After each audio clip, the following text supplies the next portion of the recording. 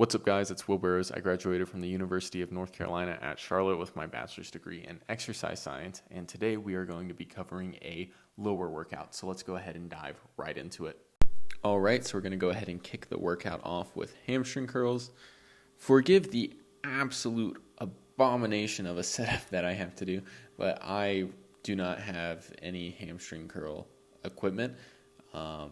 And I literally had to order some of those ankle cable thingies, the ankle attachments to be able to do the hamstring curls.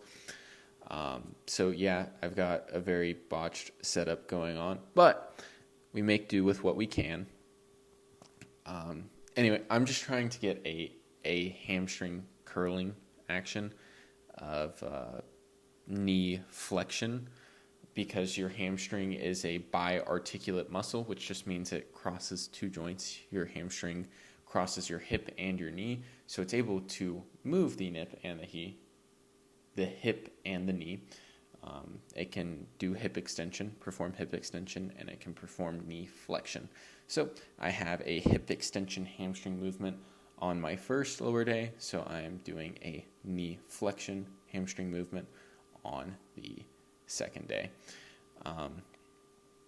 I'll see if I can make any improvements to the setup, but I think this is kind of going to be what I am stuck with for the moment. So it's not really the best, and it doesn't allow for the best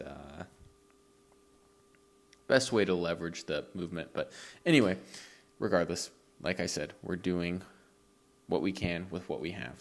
Now, for the next exercise, we are going to do some good old-fashioned barbell squats. And I'm counting this for my glute and quad movement because this is, I don't have like a pendulum squat or a hack squat. So this is going to be a less stable movement, and the axial loading is going to cause a lot of fatigue. So I'm not going to have like my own separate glute movement in there. But, just low rep, heavy squats. Get your hip below your knee joint, your hip crease below your knee joint, straight back, and just explosive movement throughout.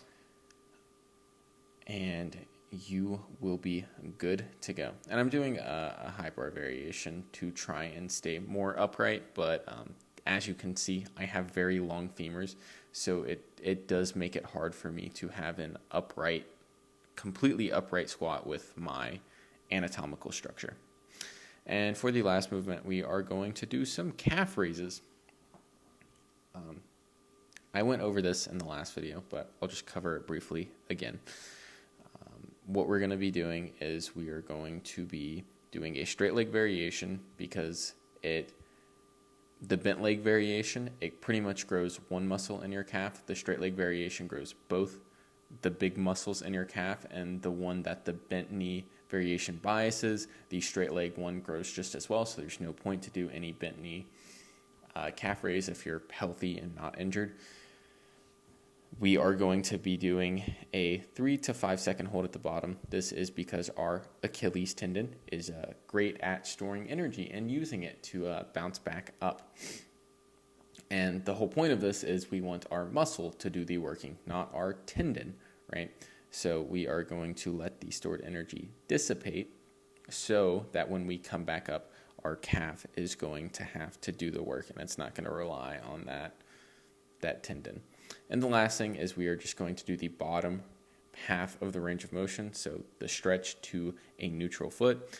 This is because the gastroc has horrible leverage at the top part of the movement, so much so that when there was a study done of people holding the top portion of a calf raise, squeezing at the top, their calves shrank.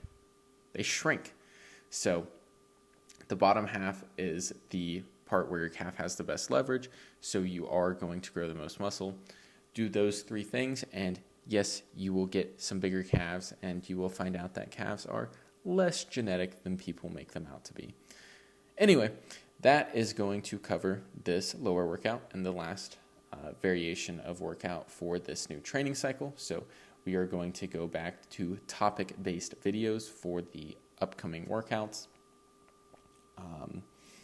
when I'm voiceovering over them. Anyway, tomorrow is a rest day. I haven't decided the topic yet, but I will see you guys then.